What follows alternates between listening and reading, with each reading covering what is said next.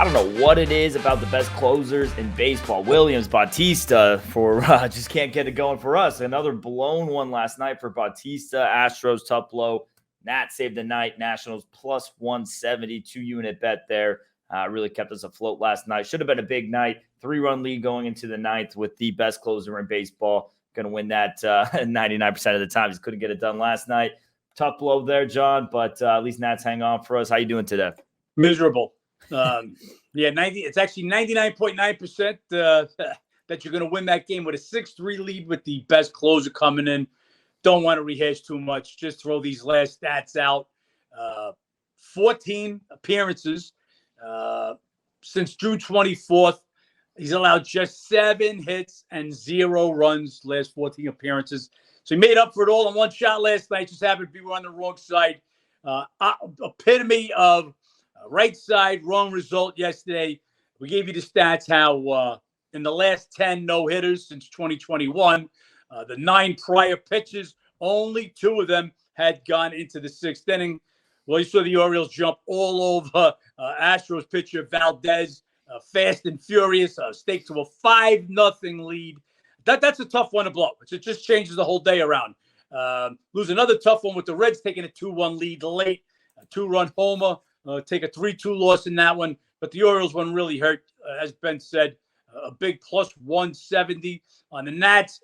Gives us a soft landing, but it's still a losing day. We're not here to fucking lose a half a unit. We're not here to lose a tenth of a unit. Here to win. So Orioles kind of fucked up on day. Back to today. Got some day baseball. Let's get it going, Ben. No update games. Early one is going to be Miami at Cincy. Hopefully this is out quick enough. You guys can catch this at the start. It's going to be Cueto versus Ashcraft. Marlins get the win last night, evened up the series. Reds have won 3 of 5 this year. Miami snaps the 5-game losing streak, and Cincinnati Cincinnati lost 7 of 8. Marlins are 2-11 last 13 road games. Ashcraft been really good. He was really good front half of the season. He's just looking right back to that. Since June 30th, now 3-1, 2.05 ERA. 6 of the 7 starts are quality starts. Last time out, 3 runs in 8 innings. Pretty good numbers against Miami as well. 1.80 ERA versus them last year. Cueto hasn't really gotten in a rhythm yet. He's had a handful of starts. Last 2, both gave up 4 runs in 6 innings. Faced Reds twice in 21. Was really good. 2-0.84. Been a little bit since then. He's an older guy, so I got to take that with a grain of salt. Did he used to play for Cincy? Sharp's been on Miami in this game, betting this number down. It's starting to get a little too low now, so starting to be a lean here to the Reds. Just a tough game to get a read on. You have 2 teams who are ice cold right now. Who wants it more? Miami half game back in the wild card. This is the Reds are nobody with a cheap home price and a getaway day. Marlins last game of a trip. Just tough to back either team right now, ice cold.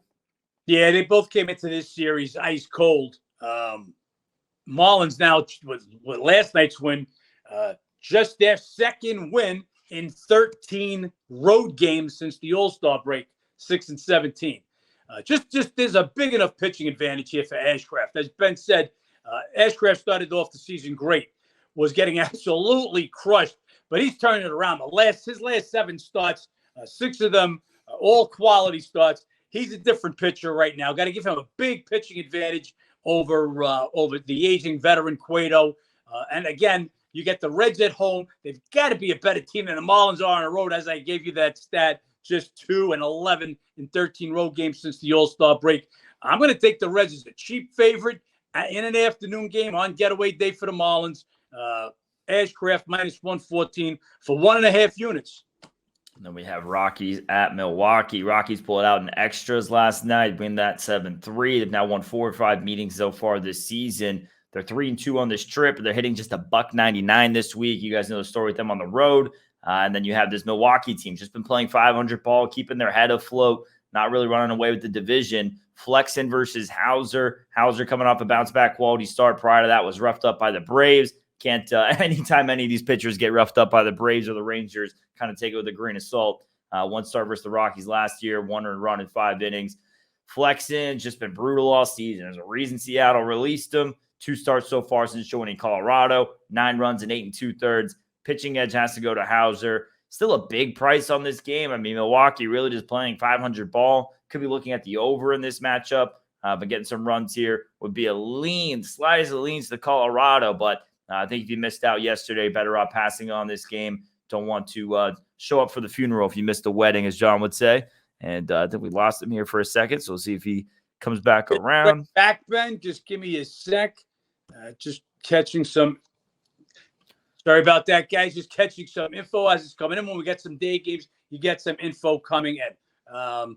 So if you're done with that Rockies-Milwaukee game, Ben, both teams playing 500 ball since the All-Star break. Rockies come into this game 11-11, including 6-6 on the road. Brewers 12-12, 6-6 at home. Really not much to say about a 200 price or better than a 200 price, but can I get behind Flexen? Been smashed in his 2 outings. We knew he wasn't going to do well in his opener. In his debut with Colorado at Coors Field, he got crushed, gets hit around that next time. Hauser, much better last time out. Hauser was looking real good. 2 starts back, he comes up against the Braves, and sometimes the Braves just have a way of making a team look bad. It made him look real bad, but he bounces back his last game. Granted, it was against Pittsburgh, but allowed only 1 run over 6 innings. I don't make the number quite this high. Just another game. Colorado, worst road team in the NL, 29th scoring on the road. It's another game Milwaukee just has to have. They're a game and a half ahead of both the Reds and the Cubs. So don't make it quite this high, but just not high enough to take it. If I went a little high, I might have to hold my nose. I hope that Flexi can get me a few innings for 1 unit. We'll check it out as the line goes up later today. And this Nats at Philly split the doubleheader yesterday. We had the winner in the game 2 there. They've split 8 meetings this year. Washington just hot right now. They've won 5 of 6. They're 12-6 last 18. Philly just 3-2 on the homestand. Gore versus Lorenzen. Lorenzen since July 1st, 1.42 ERA. Been a stud. First start with the Phillies. 2 runs in 8 innings against Miami. Gore, he is coming off a quality start versus Brewers. Had bad numbers, though, against the Phillies in 2 starts this year. Every year, there's one pitcher at the deadline who just really takes a team to the next level, and they really pitch well down the stretch. Lorenzen, he came in just one of the hottest pitchers at the deadline, coming out still the hottest pitcher after the deadline. We'll see how long it lasts. Tough to go against that. Big price, though, here for a hot Nats team. And matchup where they've split 8 meetings this year, Nats have had pretty solid dog money in every one of those matchups. So don't think you're doing anything wrong here if you're back in the Nats. Just tough to go against Lorenzen. Would be Washington or nobody. Washington or nobody. Tough to buck Lorenzen. But look, there's teams that have given up, and there's teams that are playing their best ball. And Nats want to play. Nats KC playing good baseball right now. So Nats 12-6 their last 18, just 2 games under 500 on the road. Yeah, absolutely. Lorenzen gets the big pitching advantage. We'll look for the lineups. Big number. This is an overlay because Lorenzen looks so good. Nats or nobody. And we have Braves at Pirates. Braves come from behind. They get the win last night to even the series. They've won 9 of 10 meetings. This Atlanta team snaps a 3-game win streak. The bat's still going crazy. They had a 3-game losing streak, but scoring 6 runs per game their last 4, hitting .309 this week. Can't really cool off that offense. Meanwhile, Pirates, they've 3-2 their last 5. Priester versus Fried. Fried comes back from the IL and just throws 6 shutout innings, 8 Ks, no walks, no problem. And then 2 starts for his Pitt last year, allowed 2 runs in 14 innings. He definitely has a big pitching mismatch. And Priester, they've won his last 2 starts. It's tough. Last 3 starts, but he's been pretty brutal. 12 runs across 14 innings. Last time out, 3 runs in 4 innings, 3 Ks, 3 walks. Nothing good there. Just been getting the run support from the Pirates. Said it yesterday, lean to the over again with Priester on the mound.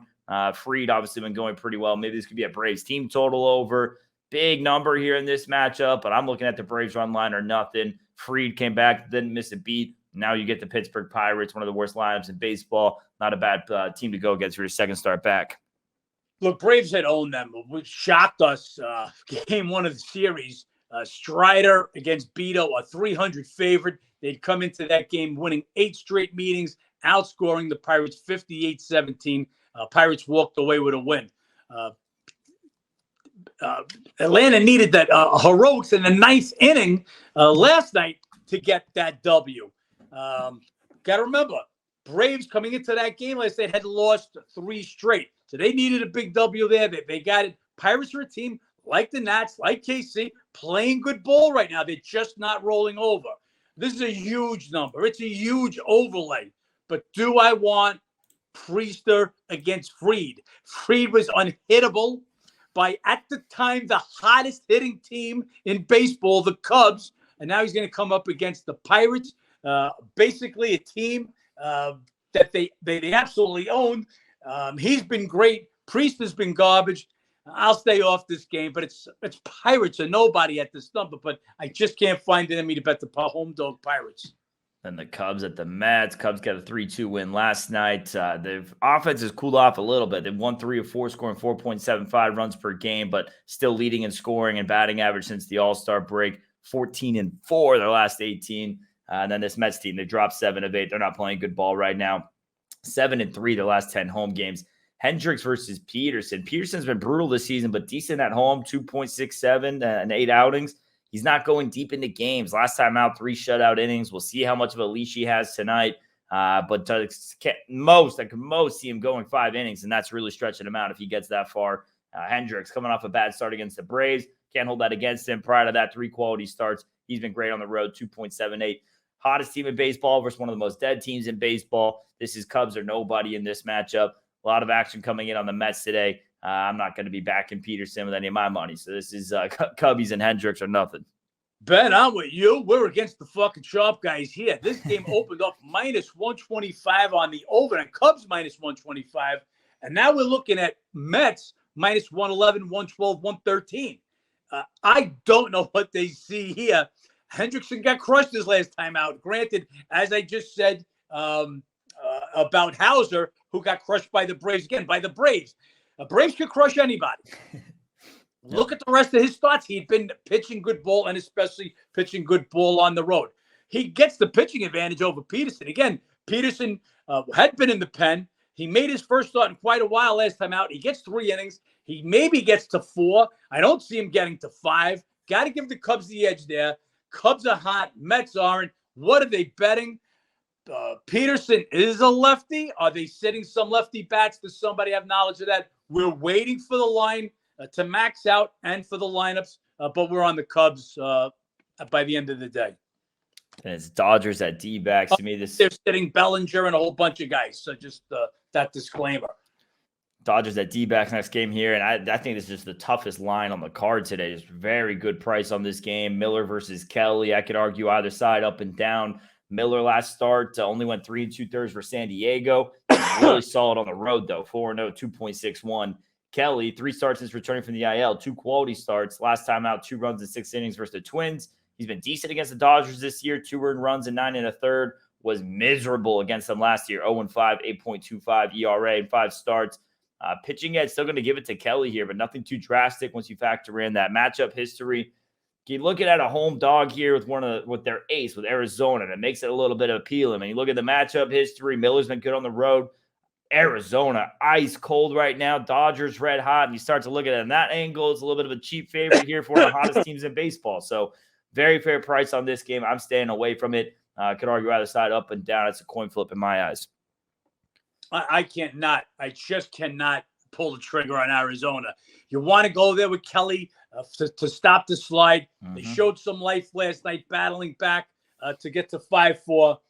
But this Arizona team now lost 7 straight, scoring just 2.14 runs per game, hitting .212 this week, 8-23 since July 1st against all of a sudden a red-hot Dodger team. Dodgers being who we thought they were. They're going to still be that 95-plus win team and win the Western Division.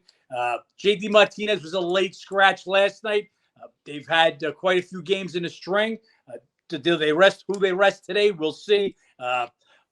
Again, you think it's a spot with a real top pitcher, Kelly, at home, but the way they're playing, just tough. It's Arizona or nobody. Because the number, again, is inflated. They're going to make you pay. You want to bet against Arizona, who's ice cold. They're the falling knife. They're going to make you pay for it. But it's Arizona or nobody, but just too tough to pull the trigger on a team that's this cold. Then it's going to be Rangers at Oakland. Texas staying red hot. Make it 8 straight. Keep getting it done. Scoring over 6 runs per game on this stretch. Hitting .290 this week. Oakland, they've dropped 6 of 8.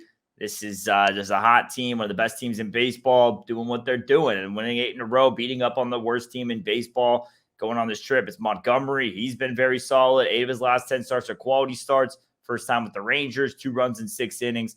Did have a bad start versus the A's last year. The last couple of games in the series was able to kind of make a little bit of arguments here for Oakland. Is Pruitt going today?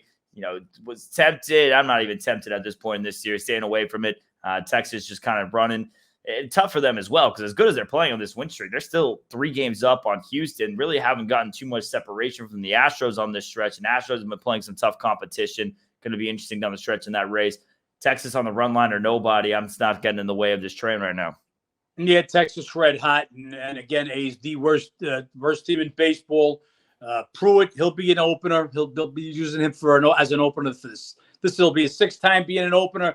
He's pitched really well. You look at his stats. He hasn't allowed a run in his last 9 1/3 innings over his last 8 appearances. But this is Texas Rangers coming up with a nice top half of the lineup. So even if they see if he goes 1 or 2 innings, will they get something off him? If they don't, they still got to fill out that other 7 innings with whoever's going to do the bulk relieving. Big, huge number for Texas. But I'm not even going to say Oakland or nobody. I'm just staying off this game. And it's Twins at Detroit, Aubert versus Fado. Tigers get the win last night, even the series. They won 5 of 9 this year. Minnesota snaps the 5-game win streak, and Detroit just 2-3 on the homestand. Twins have been very streaky since the break. Big win streak, big losing streak. So we'll see if that turns into another losing streak here. Aubert last time out, 2 runs in 5 innings. He's just been very solid. Had a nice little stretch of quality starts at the end of June, heading into July. And one of those was against the Tigers.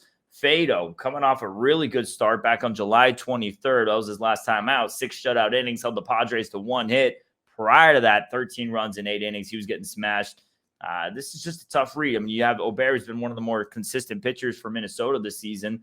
Detroit, their eyes cold. They're snapping out of it. Twins, they're red hot. Are they going to regress the opposite direction? Would be a lean to the home dog in Detroit here, but not enough for me to get involved in this one. Feels like we missed the ship yesterday. Yeah, absolutely. Just what it feels like. Didn't expect Rodriguez to come up with that big game. Great job. Fado, as good as he pitched, excuse me, guys. As good as he pitched his last time out, Ober definitely gets the pitching advantage in this one. Tigers have played the Twins tough. Twins lose a game on the Guardians last night by the way of their loss, and the Guardians picking up the win. They'll come with their game today. Tigers they're 29 scoring 3.92 runs per game. And as I was talking about yesterday, usually I love me some Tigers as a home dog, just not been getting it done at home. 24-33 on the year at home. I need more than just what they showed yesterday. To me, the number may be a tinge high, but not high enough. If Minnie was sitting some of their bats, if the number goes a little higher, it'd be Tigers or nobody, but not interested at this number. Houston at Baltimore. You guys know how they won that one last night. Heartbreaker for Russ. The Big Tucker Grand Slam. Today it's going to be Javier versus Flaherty. Flaherty, what a way to make a debut. 1 run in 6 innings, 8 Ks, 2 walks against the Jays. To be his first home start here. He did have worse home numbers for St. Louis this year. And then Javier going. Javier's had real bad command issues. In the last 3 starts, 14 walks and hit batters in there. Been given a lot of free bases. Last time out, 3 runs in 4 2/3 versus the Yankees. He had 4 Ks, 3 walks there. Did have good numbers against the Orioles last year, but he has a 5+ ERA on the road this season. This is a pretty steep price here for Baltimore. I don't make it quite this high. High on Flaherty, but put him in now a little bit more of a hitter-friendly ballpark. He's struggled in the hitter-friendly St. Louis and Busch Stadium. How's he going to do here in the home debut? Would be a lean here to the Astros. I don't want to be on Javier with his command issues lately. I just can't make the number this high for the Baltimore. Sharps made this number that high. The overnight line was -115. We're now looking at -140. So the Sharps have absolutely buried Orioles. Flaherty looked great in his opening. Just what the doctor ordered for Baltimore. Houston needs to get to where the Orioles are. They're still trailing Texas. Orioles, they got the lead in the American League. Also throw in Bautista goes for 30 pitches. Besides killing us last night, 30 pitches. So he may not be available tonight. I do not make the line this high. I wanted to come back with the Orioles today at the right number. That right number would have been minus 15. Where the Sharps are continuing to lay this number, I think it's high. Are the Astros possibly giving Alvarez or Altuve a day off? Remember, those two guys just coming back from injury about a week or so ago. I'd like to see the lineups on this one, but this number too high with the probability that after throwing 30 pitches and getting lit up, Bautista won't be available tonight. We'll look at this game later on during the day. Then Blue Jays at Cleveland. Guardians hold on for a 1-0 win last night. If you guys remember, tuned in and talked about the under in that matchup. And looking at the under again in this matchup, neither team can hit right now. Jays just 2 runs per game in the series. Guardians 1 run per game in the series. Pretty good pitching matchup for it as well. Gosman last time out gave up 3 runs and 4 in the third. Prior to that, did have a quality start versus the Angels. Was decent against the Guardians last year, 1-1, 4.91. And Allen coming off a little bit bounce back quality start, 2 runs in 6 innings. Granted, versus the White Sox. Prior to that, 10 runs in 13 innings he gave up. This is just an undertrending matchup. There's been value in the home dog in Cleveland in this series. They've somehow pulled out that 1-0 win last night. Don't trust their offense to back them here. I'll be on the under or nothing here, John. Yeah. Big number again. Guzman hasn't been great. We bet him out, bet against him his last time out. And then in this game here, again, we're still waiting. It's going to happen any day that Ramirez starts serving the suspension. Once they hear the appeal, whether they drop a game or two off of it. But one way or the other, he's going to start serving that suspension. So we don't know what day it is. We want to always make sure he's in the lineup. Numbers too high would be dog or anybody. If Ramirez is in, Jays, Kiermaier went on the injured list yesterday. They didn't play Chapman. You got to remember also, Bichette already there, so starting to get thin in the ranks if anybody else gets a day off. Again, Guardians are nobody, but we'll wait for lineups on this one. And KC at Boston. KC with a big 9-3 win last night. They stay in pretty competitive right now. They snapped a 3-game skid, but even the 3 losses, they were competitive losses, scoring 5.25 runs per game their last 4, 8, and 3 their last 11. Boston struggling right now. They've lost 5 of 6 against fairly easy competition. Wins they're supposed to be getting to make the wild card race. We'll see if they turn it around today. Lyles versus Pivetta. Lyles, he's been decent. They won his last 2 starts, but he gave up 8 runs in 10 2/3. And 5 starts versus the Red Sox last year, 1-1, 8.10 ERA. Pretty brutal there. And he's a 7+ ERA on the road this season. With Pivetta, we talked about it when he switched him from being the bulk relief to a starter. We didn't like that. It was going to mess things up. He came up with a gem quality start in that starting position, 10 Ks, no walks, and then comes back to the relief role where they switched him back, and then that's where you kind of saw the hitch, whereas they messed with him and gave up 3 runs in 4 innings his last time out, and now they're bringing him back to the starter role. So don't like that they're switching around Pivetta. He was terrific in July, 1.91 ERA, killing it in the relief role, did well in the starting role, back in relief, messed them up. Don't want Pivetta in this spot. Casey or nobody. Big dog price. They're playing good ball right now. This is hot versus cold. Lyles, red hot. Had lost 18 of his first 19 and now won his last 2. I'm obviously kidding about being red hot. But he has won his last couple of games. Just terrible numbers. 5 starts against the Red Sox last year. They absolutely crushed them. An 8.10 ERA. On the road this year, 2-6 with a 7.56 ERA. So I see a couple of 8 numbers popping up against the Red Sox and on the road this year. Look for him to get similarly hit against the Red Sox today. The Red Sox got to come with a game. Terrible loss they took last night. And look, they were losing that first game of the series. They got lucky with a strike, a third strike, called a ball, and then the guy hits the grand slam for them to have the walk-off. So with all intents and purposes, this losing streak could even be longer. They've got to get back on it today. Pivetta, as Ben said, man, if it ain't broke, don't fix it. So the guy's doing well in a role, leave him in that role. Back, forth, and now back again as a starter. We'll see how he does. Ben gave you his July numbers. They're fantastic. But Royals, Nationals, Pirates, these are the bad teams that right now are playing well. And I told you guys, teams like the Cardinals, the Mets, teams that were projected to be playoff teams that are now sellers, they're going to trend down. These other teams that have been bad, and they know they're bad from day one, this is the time of year they get the W's. So watch out for a sneaky W here by the Royals also. Yankees at White Sox. Yankees bats finally come alive a little bit. They get the win 7-1. White Sox have won 3 of 5 this year. Yankees 2-2 the last 4, still just 3-9 their last 12 road games. And White Sox snapped the 3-game win streak, just 24-29 at home this season.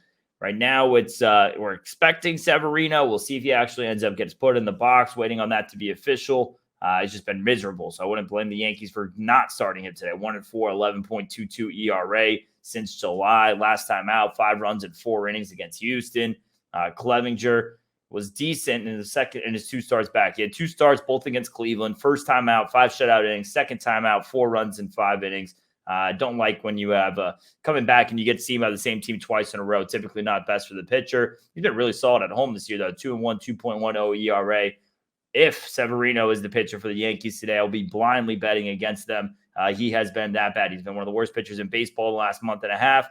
And with that, Clevinger, you look at a 2.10 home ERA. As bad as the White Sox are, as dead as they are, cannot be laying anything with Severino on the road here. Got to wait for that to be official, though. Yeah. One thing I will say is, did the Yankees bats wake up a little bit? So we had talked yesterday. If you watched the show, we gave you the stats with Judge back in the lineup. Hadn't been hitting. I actually said when Judge was going to come back, if he came back healthy, I thought they'd make the playoffs. He'd been hitting horrible. He was batting 220 something with 1 home run. Well, last night, 3 walks. He hits his 2nd homer since being back. The Yankees bang out 13 hits. As Judge goes, so go the Yankees. So they put 7 on the board. It all revolves around Judge. He hits, the Yankees will win some games. He hit last night. He got on base 4 times, including the 3 walks. We'll see who they put in the box, the Yankees. Severino's been absolute garbage. White Sox are a terrible team, though. We'll see what those numbers are, and we'll look at it. But again, if Judge is in there, a healthy Judge makes the Yankees a better team. We'll see what this is all about later tonight. Cardinals at Tampa Bay. Rays winning last night. They won 4 straight meetings. St. Louis has dropped 4 of 5, scoring just 3 runs per game. Not playing good ball right now. Tampa, they've won 6 of 8. Still MLB best, 38-19 at home. Hudson versus Beeks. Beeks going to be an opener. Only 2 outings in July, and that was back in the first week of July. Gave up 4 runs in 3 1/3 versus the Phillies in Seattle. See how he goes. Meanwhile, Hudson coming off a quality start. He had a quality start versus the Rays last year. I don't want to bet this St. Louis team. Would be a slight lean here to the Cardinals just with this pitching matchup. Tampa Bay bullpen game, one of the worst bullpens off openers as well in Beeks. So lean to St. Louis, but this is just hot versus cold. Rays have had success in the matchup, success at home. Don't really want to be backing a dead Cardinals team. So if this price were to go up a bit more, they might force my hand on the Cardinals. But other than that, going to stay away here. Look, Beeks was actually just recalled when Glasnow back started flaring up. They recalled Beeks. So he'd be down in the minor leagues. He had a terrible start to the season, an over 6 ERA. Again, he'll be just used as an opener in this spot. Hudson pitched really good, but it's just 2 different things. You've got Tampa Bay, who seem to have been turning around after that little bit of a mid-season lull. They've now won 6 of their last 8. Cardinals, there again, that's just a dropping knife, playing terrible ball since they became sellers. They're not scoring any runs. Tampa Bay are nobody, but the price is too high. Then Angels and Giants. Angels get the win last night, snaps the losing streak. Giants have still won 7 of the last 9 meetings. San Francisco, they've lost 3 of 4, scoring over 6 runs per game.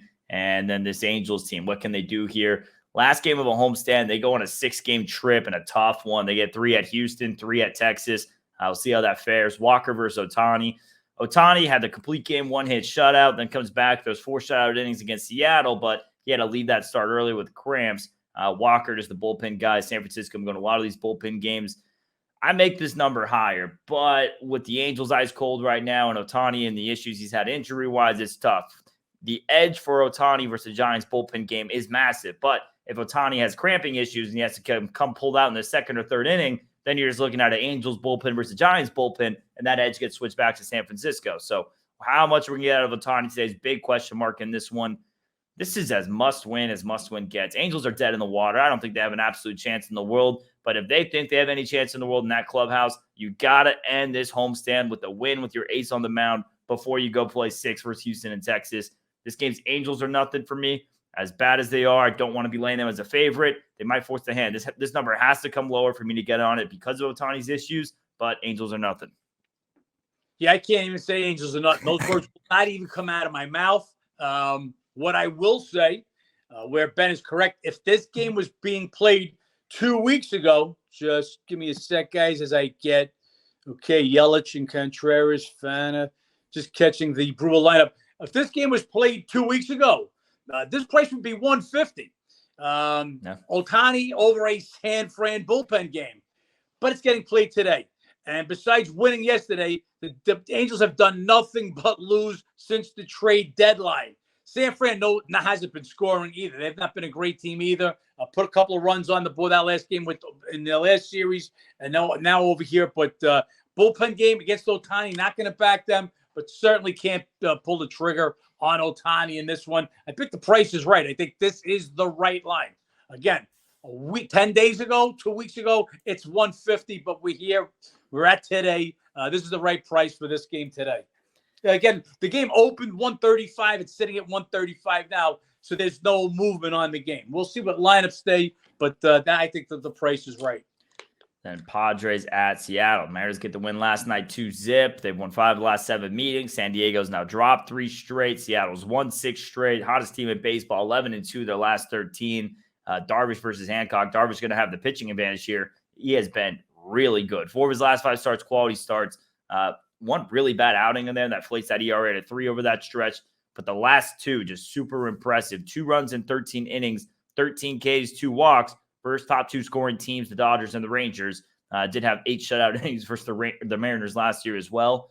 I don't want to be going against this hot team here. I don't want to be laying a road favorite with San Diego. But very big pitching mismatch here for Darvish. Would be a lean to the Mariners, just with them, how hot they are at home right now, how hot they are in general. Home dog is inviting. Do you want to buck what Darvish has been doing is the question. Good history lately, good history against Seattle. Also worth a look at the under in this matchup, and low scoring so far in the series. Seattle's been getting it done a lot with the pitching. Would be a lean to the under, lean to the home dog, and the Mariners just too hot right now to ignore. Yeah, just want to get some more information on Hancock. He'll be getting called up to make this start against Darvish. Regardless of what that information says, Darvish is going to have a pitching edge. Whether it's enough of a pitching advantage to be a 145 favorite on the road at Seattle, it cannot be. No matter how bad this kid Hancock is, I don't have San Diego rated anywhere near where they have San Diego rated. I told you they've been betting San Diego every single day. They take another L last night by betting on San Diego. They've done it again this morning. Would be the short or nobody. But again, all depends on as soon as I get a good read on what this Hancock kid's all about. Yeah, Hancock, just another one of these youth guys from Seattle. It seems like them in Miami, just endless supply of prospects. Number 4 prospect, 6 overall pick in 2020. Supposed to be good stuff. We'll see, though. Sometimes these guys come up, like Rodriguez for Baltimore. He came up and struggled. Williams, he came up a little bit for Cleveland. Wasn't horrible, but wasn't great. And then you have some of these guys who are coming up and just lights out from the start. Yuri Perez, Abbott. So another one of these big names, supposedly. We'll see what we get here. But Seattle, endless pitching youth right now, top to bottom on that rotation. Absolutely. Then they're bringing him up because Wu was supposed to be the pitcher, was just placed on the IL. Mariners deep in pitching. Got to remember, they're without Robbie Ray also this year. So that this would have been a real deep staff, real solid pitching. Gilbert, Kirby, Castillo. That's a nice front line right there. We'll see how well Hancock does. But again, I just don't have San Diego as big as the Sharps. They've been burying them game after game, and they've yet to win one of the last 3. So we'll see how that goes for them today. That's the Wednesday card, guys. A lot of day games. Only one bet out so far for how to beat the bookie members. You guys caught that at the top of the show. If you guys want any more bets we might have throughout the day, some pitchers that we're still waiting to be listed, some lineups we're looking for, and a getaway day, go to howtobeatthebookie.com or download the How to Beat the Bookie app. So a little bit of a rough day yesterday just because of Baltimore blowing that lead. Should have been a big night. At least Nat saved the Gray, still positive for the week. And hopefully we can get back on track with this card today. Yeah, had a great day Monday. Also had, ended the prior week strong on Sunday. You want to gain that momentum. That's an over 4-unit swing from more than two dogs, so more than 2 units to the good to 2 units to the bad on that game. Lose about a half unit, I believe, for the day. But again, not here to lose a half a unit, not here to lose a tenth of a unit, here to win. Had that game in the bag. Bautista blew it for us. Today's a new day, and that's what all my guys got to realize. Once we make our bets, once we analyze what we analyze, we don't pitch any games, we don't dribble any basketballs, we don't kick any field goals, we don't commit any roughing the penalty passes. We give you the edge. Everything's still got to get played on the field. That's the game last night. Right side, wrong result. That's going to happen once in a while. That's why they call it gambling. What we guarantee is an edge and the best sports betting information that you're going to find anywhere. Absolutely the best information you find out. That's part of it. With it being out of our hands once first pitch is thrown. I mean, before games even get going, we're already looking at the next slate because that's all we can control is the research for the next slate. Get that to you guys on the app and obviously here on the podcast. Appreciate you guys tuning in Monday through Friday, 1 o'clock Eastern. Make sure you guys like, subscribe, comment below. Let's make some money, John. Let's have a better day today. Let's make some money.